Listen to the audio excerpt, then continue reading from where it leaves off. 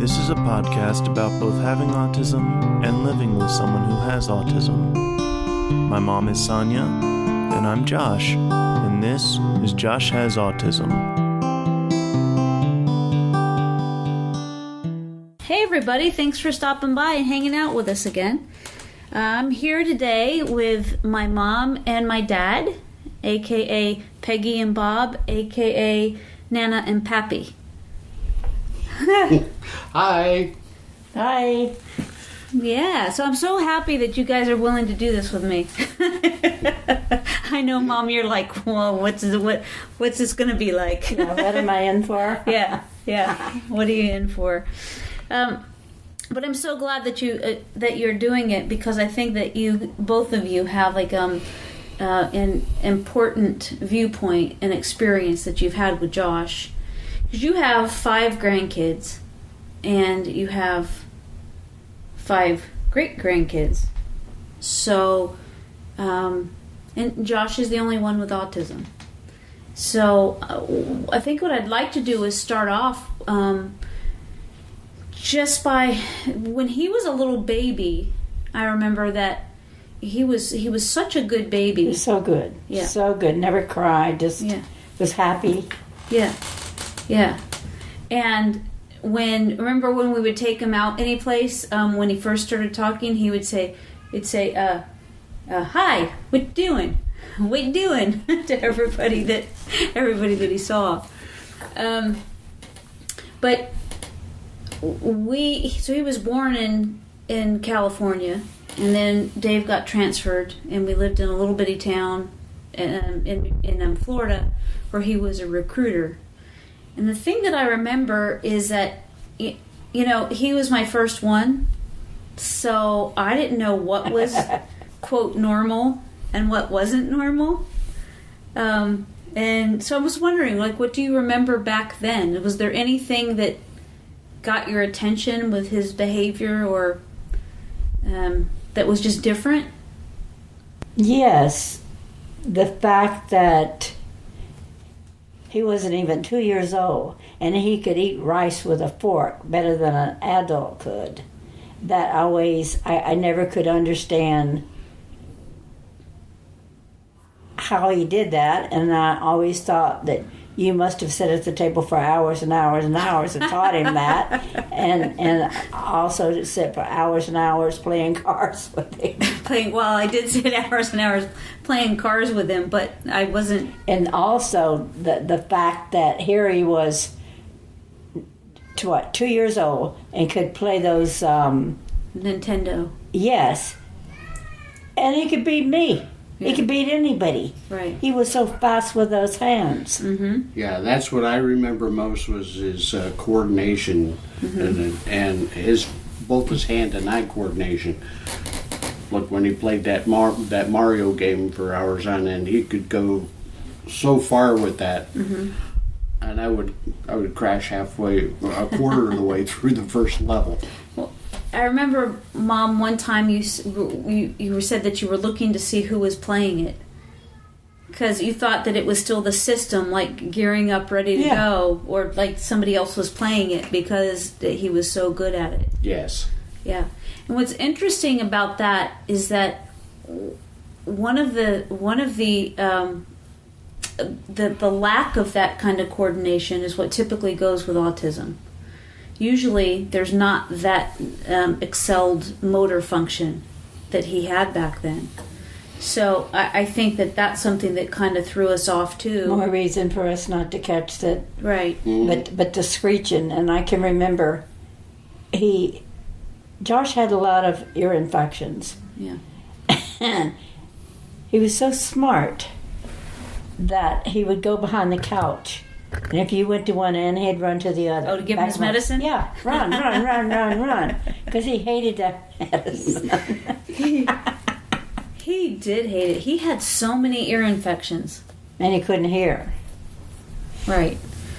And then when he had the tubes put in, of course, he started talking in sentences. At that point, he was almost 3 years old. We could understand what he was saying then. Yeah. And calling slippers, beepers. Yeah. We couldn't figure out, what are you talking about, Josh? Oh, my beepers, my beepers. Yeah. Yeah. He would say, "Be still," like a tattoo. Yeah. Yeah. What did you notice, Pappy? That so the behaviors that were different from the other kids, or maybe you didn't notice anything back then when he was a little bitty. When he was a little bitty thing, I didn't notice anything that would mark him as autistic or even back then you would have called it retarded, maybe some mental retardation. We never heard of autism until you Years explained that that's what the diagnosis was. The fact that he was so smart about things, I just thought, well, you got a genius child there. Right, like eccentric. Yes. So like A little bit eccentric, but Right. but a genius. right. It wasn't till after you guys had moved to the mountains where we were that we started to notice some things that weren't Yeah. that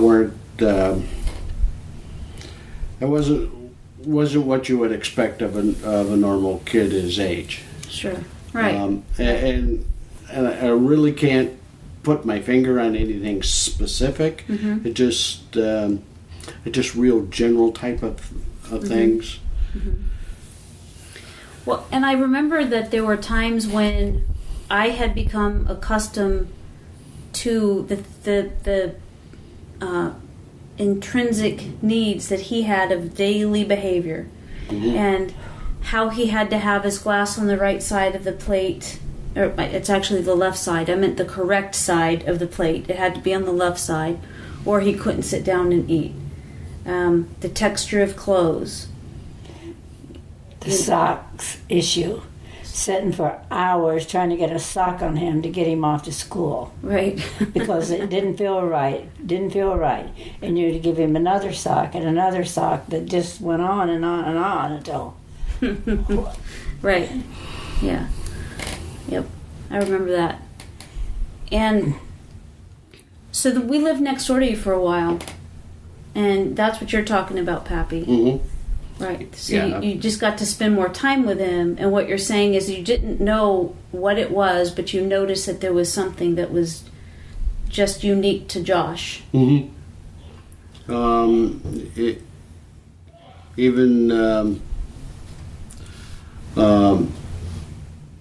When Haley was a little bitty thing, she seemed more quote unquote normal than Josh did. Josh was more eccentric, whereas Haley was Right. a regular little girl growing up.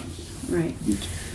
And so at that point, when after Bug had come along, that's when I probably started noticing that there were things that she was doing quicker than he was doing. And what we're talking about is him being so intelligent. So there's that aspect of it, and the fact that he was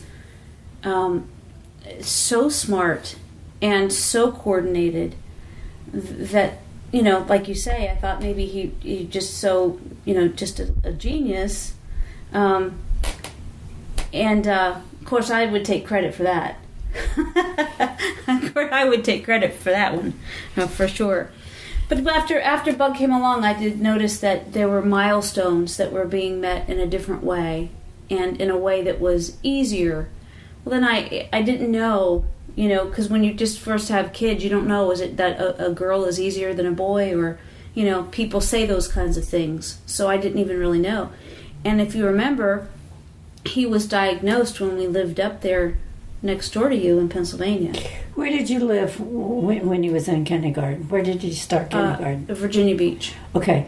this is one of the strange things that he did too. And we laughed at it because he was only in, in kindergarten.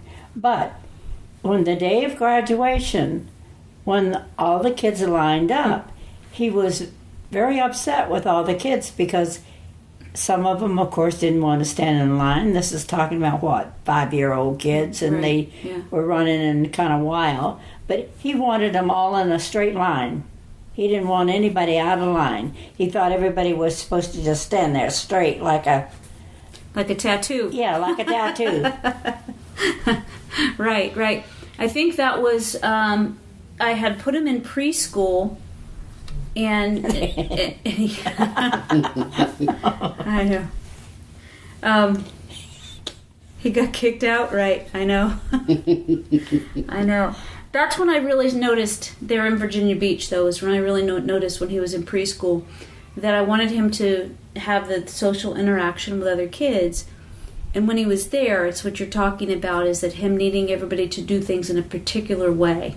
So whatever the instructions were given, if the other kids didn't do that, even when he was in preschool. So that goes way back. That graduation that you're talking about was just some special thing that the preschool did, because after he was kicked out, then he was allowed to come back in. And they had a graduation ceremony for him. So, that's kind of like before he was 5 years old. So at 4 years old, we were noticing that he had to have things in a particular way. Also, back then, I remember noticing that he didn't like at that young age to get his hands dirty. So I just figured he's a little boy. He's going to be covered in mud every day. That wasn't the case because he didn't want to get his hands dirty. So things like that got my attention, but not enough because I'm like you. I didn't know anything about autism until he was diagnosed. Yeah, I didn't know. So how did you? There at one point in time, you said you've said even when we've talked about this recently that you didn't want to watch him. No, because he was like he was so hyper and he wouldn't take a nap. You put him down for a nap, he got up. He would do that even at night. Mm-hmm. At 12 o'clock at night, he was still getting up. Mm-hmm. So you couldn't keep up with him. You couldn't. Right. He was just too hard. I had forgot about that because he would get up around 5, 6 in the morning, wouldn't take a nap, and then was up well past midnight. And I would try to put him down to bed at a regular time. We would go through the ritual of a bath and then reading and quiet time and prayers and all that stuff. And then you would just laugh sometimes because you said he would beat me out to the living room. Yes. I would put him in bed. And he'd be sitting on the couch before you got back out there. Yeah. So that's what I'm talking about. I couldn't keep him because he was just too much. It was too hard. Yeah, I found that to be true too. That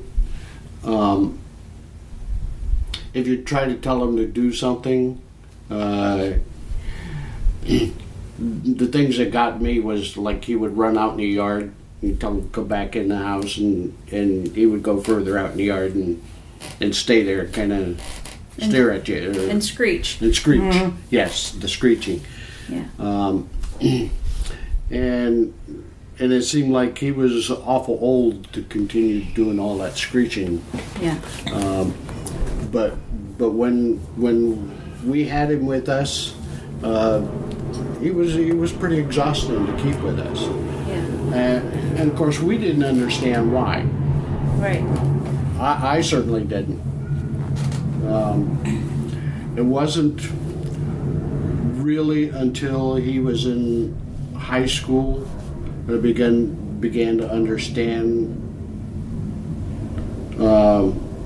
what was going on, and even though we had heard about the concept of autism and the problems that was going on, my thought was, well, this was akin to like a Down syndrome child or a child with mental retardation. Well, because of the diagnosis of autism, or what you were seeing with him? No, because of the diagnosis of autism. Oh, because you didn't know, you didn't understand it then. Correct. Okay. Having gone into computer science back then, one of my heroes back then was Bill Gates. And I had read a story about Bill Gates where his parents had taken him to a psychiatrist because Bill Gates was so eccentric. And after many sessions with the psychiatrist ended up telling his parents, he's a brilliant kid, he's eccentric, you're going to have to live to deal with that. You learn to deal with the kid, with Bill Gates. Because he's autistic. Yeah. I'm not sure if Bill Gates was autistic. He probably was a little bit, very high functioning. Well, he's the richest man in the world.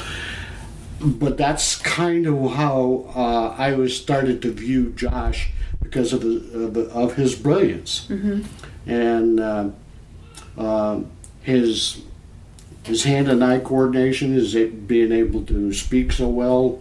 After he went through after he got the tubes put in, and he was able to hear. He went from blah blah blah, blah to talking way beyond my education. Well, we all knew how intelligent was. He sat in the back seat of the car and told Sonya and David that he was smarter than both of them. And he probably was. I don't remember that. I thought, boy, you can walk. There are many things I've probably blocked. Oh no.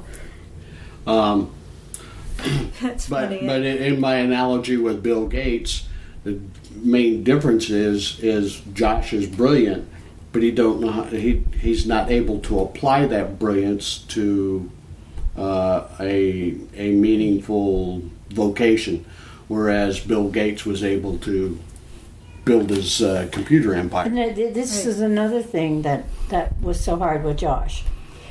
You say sometimes when he was older and then he would stay with me, both kids, I would say, Josh, go brush your teeth. He would stand there, okay, he'd say. But he would stand there. I'd say, Josh, go brush your teeth. I would have to tell him about 4 times before he'd go brush his teeth. Josh, did you take a shower? Yes, I did. Come here, let me feel your head. He hadn't even been in the shower. So you just have to be on top of everything that he's doing. Yes. Right. Yeah. Yeah. Yeah, and it was a lot of those little things that you would normally expect a kid his age to do on their own. Yeah. And he wasn't, and that was kind of, for me, maybe a little frustrating. Mm-hmm. Right, because what I've discovered is that his disability at times can be invisible. And so when you look at him, when you talk to him, he presents as a young man that's very intelligent and can speak extremely well. And there are things that he does very appropriately. So when these things pop up, you don't know what to do with them because you don't have a point of reference. Back then, what you're talking about, none of us had a point of reference for that. It didn't make any sense because it seemed like it came out of left field.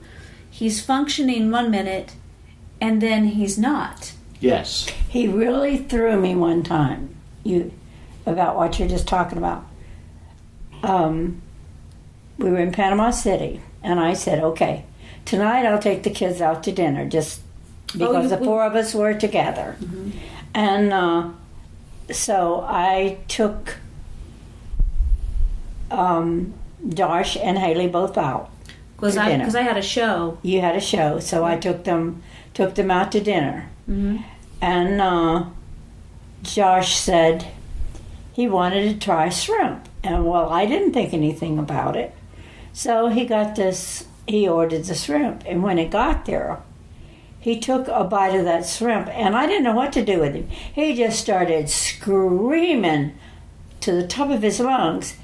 And his sister said, "It's okay, Nana, I got this." And what it was, I didn't realize what it was, but he couldn't stand the texture of that in his mouth. Right.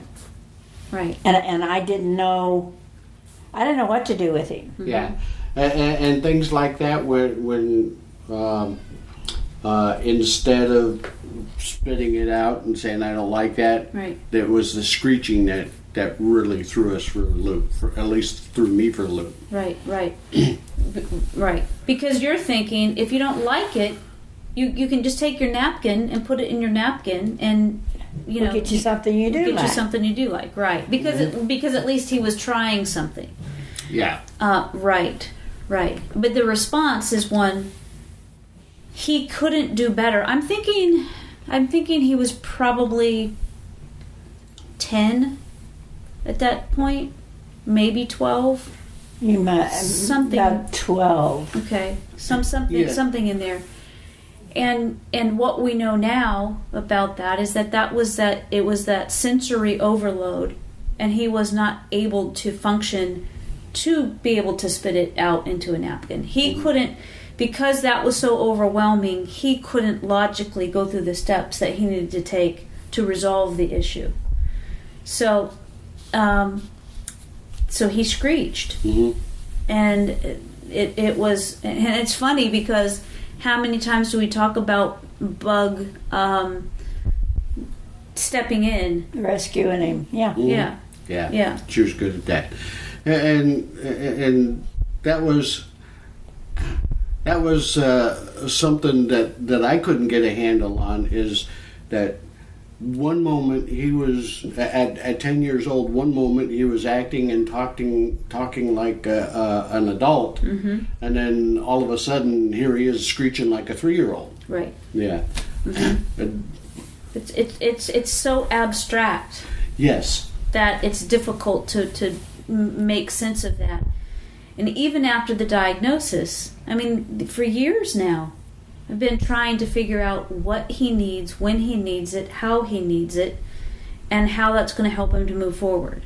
Mm-hmm. It's just been a constant issue that we've been addressing his whole life since the 3rd grade. Yeah, but he's so kind and so loving and so giving, and he's got this thing that, too bad the whole world can't do this. Right. You can be mad at him, scream at him, do anything you want to him. He can leave the room and come back in, and it's forgotten. I don't get it. I don't get it. There's times that I've talked with his dad about that very thing, and I just go, oh, what a jerk. Like, how can he do that? It just is gone from his mind altogether. He'll walk back in and act like nothing's happened. And I know what you're saying, because society says that he's got this disability, and we use the words that we use, and I even have told this as he's growing up. I said, look, we use these words so that we can communicate with one another about how to help you, what you need, how we can best help you to, move through life in the easiest way for you, and the most productive and the safest. But yes, that it just is gone. In the meantime, like steam's coming out of my ears because we were just having, a disagreement. And I could be so frustrated with him. He would, whatever it is, to get a drink, to go blow his nose, to whatever it is. He comes back in and doesn't even engage in conversation. can walk back in the room if he remembers to come back in the room. But can come back in and sit down and start reading, or and there's been many times I go, are you there? He's like, yeah. What's going on? Like, what? We were just fighting? So I understand what you're saying. If we could all let go of the drama that we as humans create, the way that he does, we would be so much better off. Yes. Yeah, we would. And I would have saved so much in therapy. Oh, Yeah. jeez. Yep. But I really hope that people with other people that have kids like Josh really listen to this, because you fought like crazy to have everything that Josh was given in school, with doctors, with principals, with teachers, you name it. Yeah.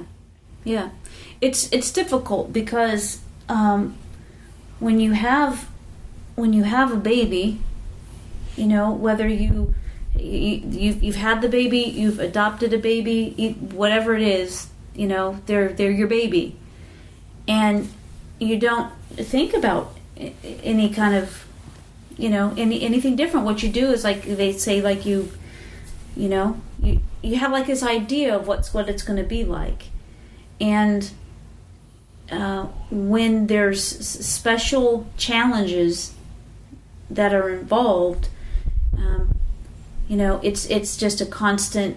You have to learn. You have to learn to find out what's available, what services are available, and how they're available, and where, and how to get qualified, and all of that. And also, I saw how he was struggling just to communicate with other people, with the kids his own age. I remember seeing that and thinking that's got to be something that somebody knows of, some kind of therapies or support that can be put in place to help him with that. But you don't know. Well, that's what I'm saying, is I hope that other people are getting this, that you can fight for it. There are things out there. And I'm sure that a lot of people with kids like this don't know you can. But you were smart enough that you fought it. You fought the battle. You won the battle. Well, You're my hero. Well, yeah, it was a definite struggle for you to get there. I don't know about winning the battle, because We're still fighting it. even based on these podcasts, your expressed desire is to see him to be able to function on his own, but even from what I've been hearing, it doesn't look like he's going to be able to function on his own completely. He's going to still need something to help him along. yeah. In school, the wraparound that he had all the time, I heard lots and lots about that wraparound and how much they were able to help him function and get through things. There ought to be something in the system where he can get that, even if it's only once a week or once every couple of weeks, some sort of wraparound that say, hey, how did this work out for you? That type of thing. Right. You're filling that void now, pretty much. Right. There are some other people who involved in the Pensacola autism that's been helpful and whatnot, but I think most of it has been on you and Dave to kind of keep him functioning. Right. I understand now more since you Yes. started these podcasts, more about what he's going through, and I have a better understanding to the point where I'm less stressed out around him when he has a meltdown or whatever. I'm more understanding. Right. And I think knowing what rules or what steps that he needs to be guided in will help him move out of his funk when he's in that and Right. his meltdowns and just his daily. Gosh, did you brush your teeth? You still have to remind him to do that. Right. Well, by him just talking about stuff has educated me. I mean, it's things that I have never thought about. But when he says it and talks about it, I think, oh my gosh. Right. But even back in high school, when he was willing to sit down and talk to you about his autism, Right. even to complete strangers.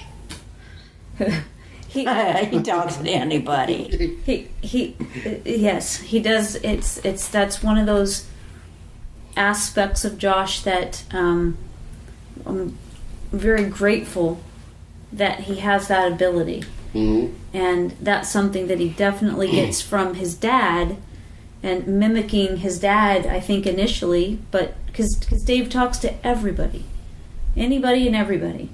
He knows all the neighbors, and so that's how he, Josh sees that every day in his dad.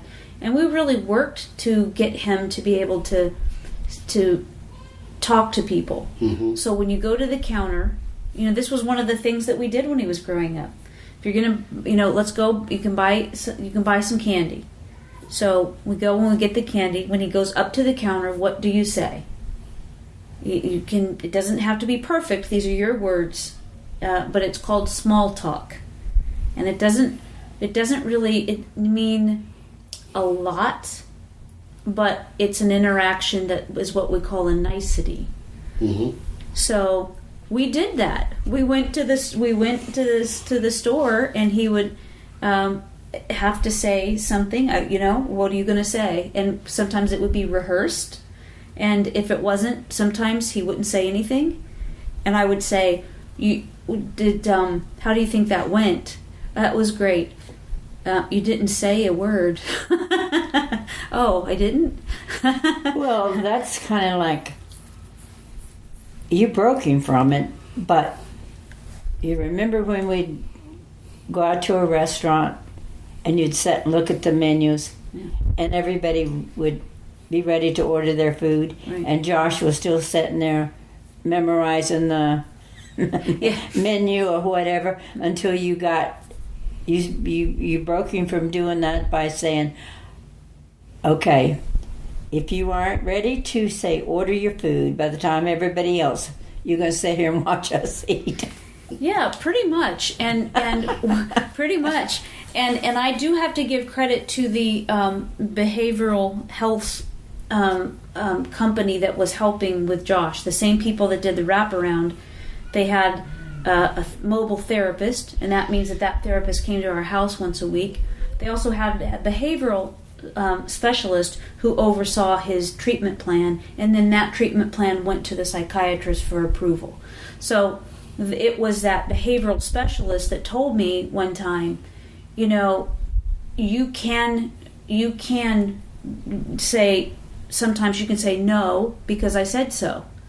And because I would forever be like, I don't know if it's because I'm a Libra or what it is, but I would always explain it to the kids. Well, this is why we're doing this. This is why we're doing that. And, wanting everything to be, like a conversation and stuff. She's like, no. If he's not, if he's not being respectful, you can say no.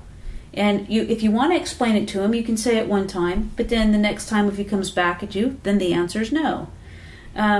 but what they told me about the restaurant, because I told him about it. I said, it's like, oh my gosh. She said, have the waitress stop by, only allow her to come twice without the whole table ordering. When she comes back the third time, everybody gets to order whether Josh is ready or not. And let her know that he's not ready, the rest of us are. So that what would that look like is that if he didn't decide on something, that he would get his food by the time we would be ready to go, then when we got home, he could eat a sandwich. And it just, that's the way that it came about. And at the same time is when we were really working on him understanding that it just took a long time, because when something is written on a menu, that's written down. So in his world, that's what it is. That's what you had.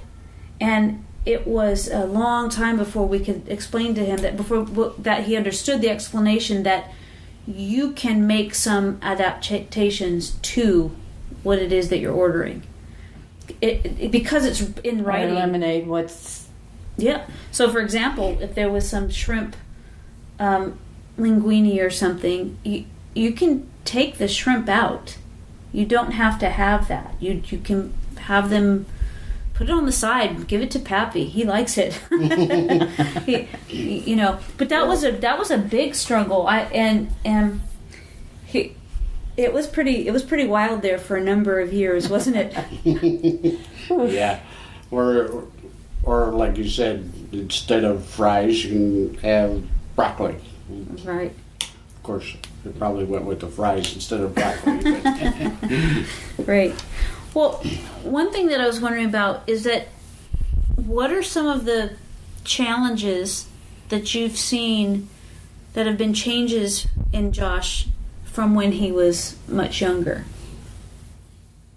What are the things that you notice that maybe are different quirks or different difficulties that he has now versus what he had when he was growing up? Okay, for an instance, back then he couldn't stand to put his hands in dishwater. Now he can do dishes now. Mm-hmm. You'd probably like me to believe that he couldn't. Yeah, but right, yeah. I understand now that things for him have to be in a linear order. Correct. And that if you explain to him that these are the rules, he will follow those rules to the letter. Mm-hmm. And if there's any deviation from that rule, it's likely to cause him to melt down. Mm-hmm. But even after all of these years, he's told, well, you have to do this, you have to do that, you have to do that.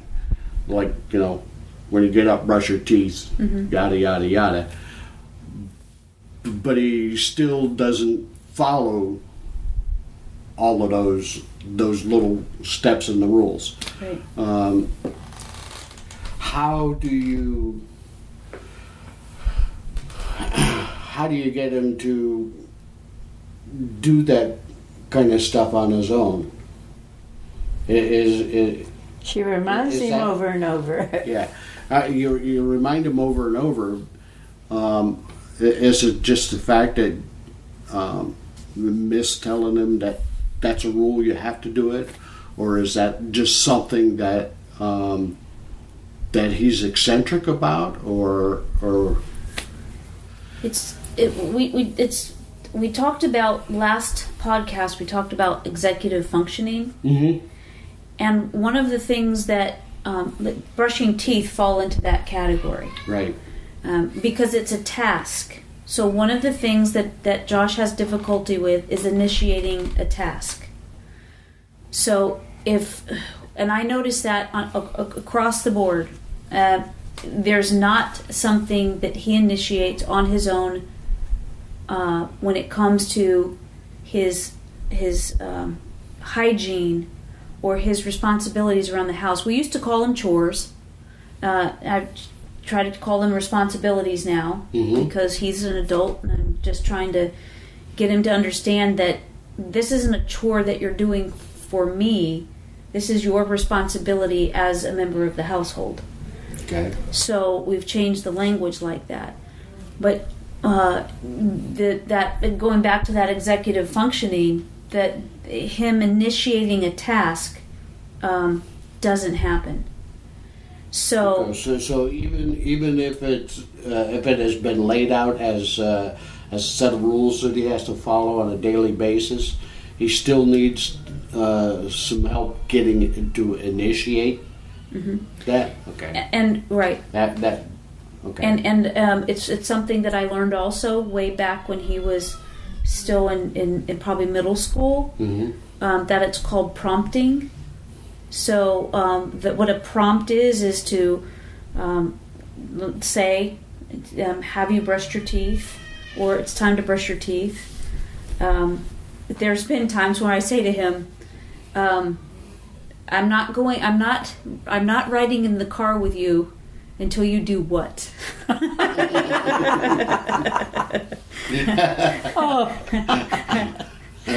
So okay, so you're helping him to initiate an executive function. Yes. By giving him a guess. Right. Right. And I've just tried to do it in different ways. I used to say, instead of asking him to put on deodorant, I called it saving the world. And, so I would say to him, have you saved the world today? Okay. Yes, because and he understood that, because the two of you understand how I worked with him about humor for real hard for a long time, because it's just part of everyday conversation, and the nuances of humor are something that it's almost like a separate language altogether. So he gets that. So, and he appreciates that he's not technically saving the world, but he's saving our little slice of the world by putting on deodorant. Okay. And the reason I bring up these questions is, what if for some reason we have to take him with us for a couple of days, and right. Heavens forbid. How are we going to initiate these executive functions? Yeah. Right. It's tough. But I also remember when this was back when it's been a long time, that everybody would be sitting and talking and laughing and so on. And all of a sudden, Josh would say this most off-the-wall something that didn't even fit into what we were saying. And we'd think, huh? Yeah. He was trying to inject humor right. back then. Yeah. Yes. But it didn't work at that time. But it does now. Yeah. I mean, he can do funnies now. Sometimes he comes up with some good ones. He does. And when he doesn't, he recognizes it. He'll say, didn't work. I just say, nope, not this time. Okay. And sometimes when people, he tries, and sometimes things, he could offend people. And, yes. And so that's something that we also really worked on.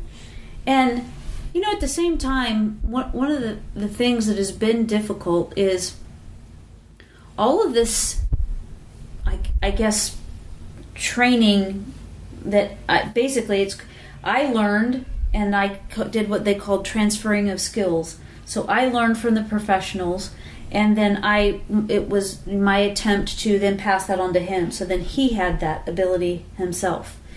And it didn't always happen, but yeah, I don't even know what I was going to say.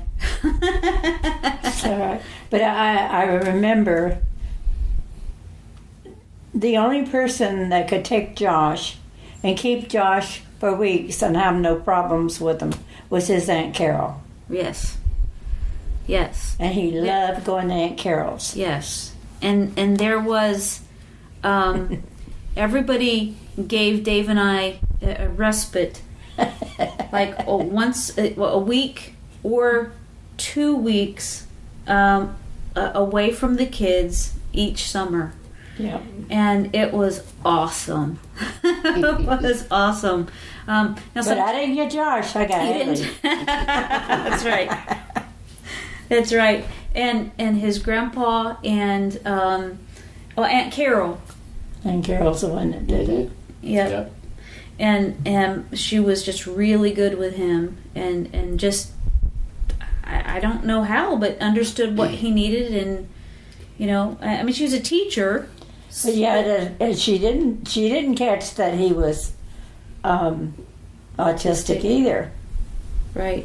So Right. She had told me before that she knew something. something was wrong, because she said he would come there and stay and be just as happy as a clown, but he would never say, "Where's my mom? Where's my dad?" Right. Right. Yeah, that's true. And I just always stuck it up as he just felt safe there, and there was other kids that he could play with and so on, and he didn't care, Yeah, his cousins. Right. Right. But Bug, at the same age, would want phone calls, would want to just connect. She had a great time with you and was happy and fine being away. But She wanted to talk to Mommy, though. yeah, she wanted that connection. Yeah. So, how do you do things? Not necessarily right now, but through the years. How did you do things differently with him compared to how you did things with Bug? I said, "Come on, Haley," and ran away from Josh. I don't. No, I don't know. Yeah. You just. You just do it. That's all. I Right. mean, Mm-hmm. you don't know how to always handle him, but Right. he's the thing is with him, like we said before, you can get mad with him, and it doesn't. He's okay with it. Yeah.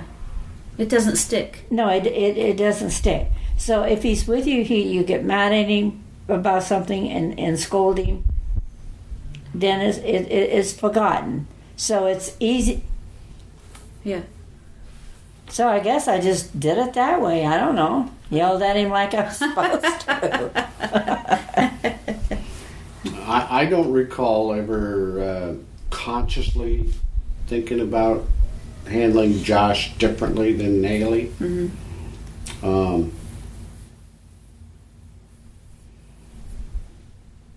I think maybe whatever we needed to do with him, We did just just came out. Mm-hmm.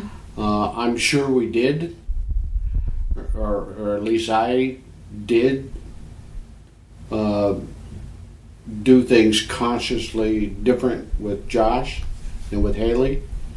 But there's a lot of things that I did with Haley that I could never do with Josh. Like I'd take Haley fishing Right. with me, and she would Right. have a great time. Mm-hmm. But that wasn't Josh's thing, so he stayed home with somebody. He screeched if it was a worm, like his man. But and it's funny because there's things that Dave would try to do with him too that would just pass knowledge on to him. So he would want to use a drill, and the sound was too loud. The feel of it, holding it was uncomfortable. And so it took a long time. Cause I remember joking to Dave, I'm like, "What do you?" And the only way, then, have you ever seen a drill with a silencer? Because that's what we need right now. Yeah. That is something that I did notice that that Josh wasn't like his dad and interested in tools and motorcycles and that kind of stuff with like his dad. It's not like Connor, his grandson. That's that's what Dave wanted to do with Josh, but Right. Josh being a little different, it never happened. I wonder if Dave was disappointed about that, but I think he didn't understand it. No, you Yeah. wouldn't understand Yeah. it. No. that's probably true. Probably didn't understand it, Yeah. and I understand that kids are different. That some little boys like to play with dolls, and some little girls like to play with cars. Yeah. The one thing that I do remember that both Dave and Josh liked to do was that punching game. Oh, In the yeah, they arm. played pretty rough. Yeah, and Josh was only 2, but I remember Josh leaping up to punch his daddy in the arm, and we were Fly off the concerned ground. for we were concerned for Bug. Oh, yeah, Dave, you need to unlearn him that. that's right. Right, yeah. But yeah, I forgot about and that. when he was little, Josh did like to play rough. Yes. Yeah, yeah. He did. He did. And now he's just Now so... he's just a gentle giant. Yeah, Yeah, yeah, he is. He wouldn't hurt anybody now. it wouldn't hurt a flea, right? Right, right. Why you mean? So, I have one last question for you, and that is that I was going to ask you initially, like, is there something that, do you remember an experience or a circumstance that you had with him that changed your relationship? And I think, Pappy, what you've said is that listening to the podcast has changed your relationship with him. No, I think my relationship with him changed years ago when I began to understand that his autism wasn't a mental retardation or that kind of a disease. It was different, and because his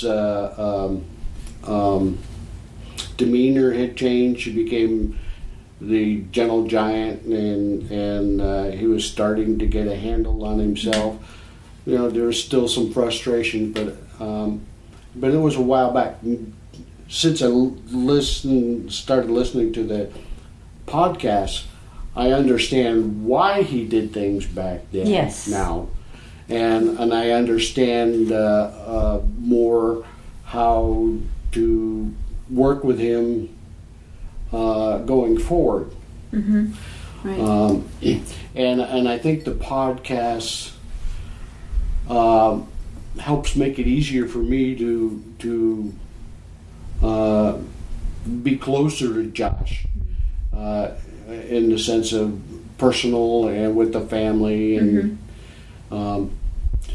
yeah, he's still going to be different. He's going to be absent Sure. for certain things, but when he's there, I know better to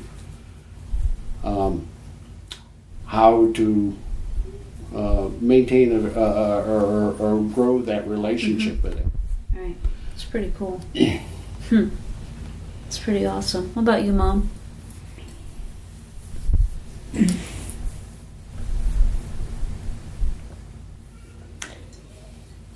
I know how to make him happy. I feed him.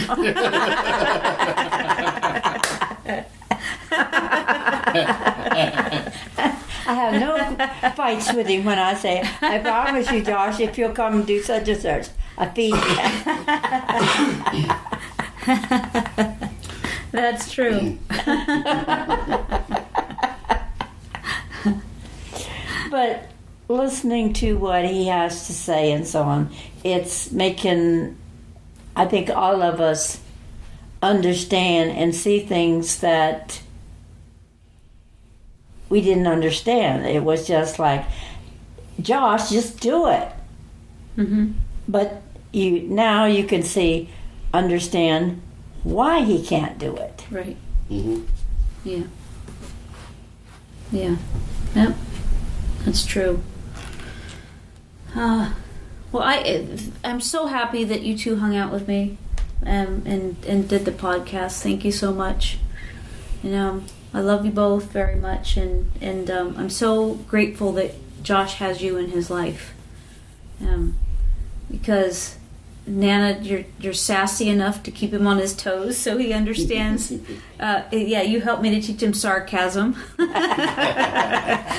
Only you and jokes, but you use words that we can't say on the podcast. Why not? And Pappy, he does share with you. It's the kind of books that you read, Mm-hmm. and so you do have that in common, and the kind of movies that you like. Yeah. So that's pretty cool. I know I don't like those kind of things, but they do. So thank you both so much. And so everybody, thank you so much for stopping by and listening again. And let's see. If you are interested in having myself and Josh come and speak at your organization or association or your company, drop us a line, because we'd love to do that. And at this point, how that works is I give the speech. Josh comes up after for a Q&A. He says he's not quite ready to give the speeches yet, but he'll go up on stage if I'm there with him and take some questions. And he's really good at it. If I don't know what you're listening on, I'm being told that if you would go and give me 5 stars ratings if you like what you hear. If you don't. But if you do like it and do appreciate what we're doing, if you could just leave 5 stars. I don't know the answer to this. I don't know what it does, but I know it does something good. So if you could do that, we'd appreciate it. So thank you for stopping by. Thanks, Mom. Thanks, Pappy. Later. Love ya. Bye.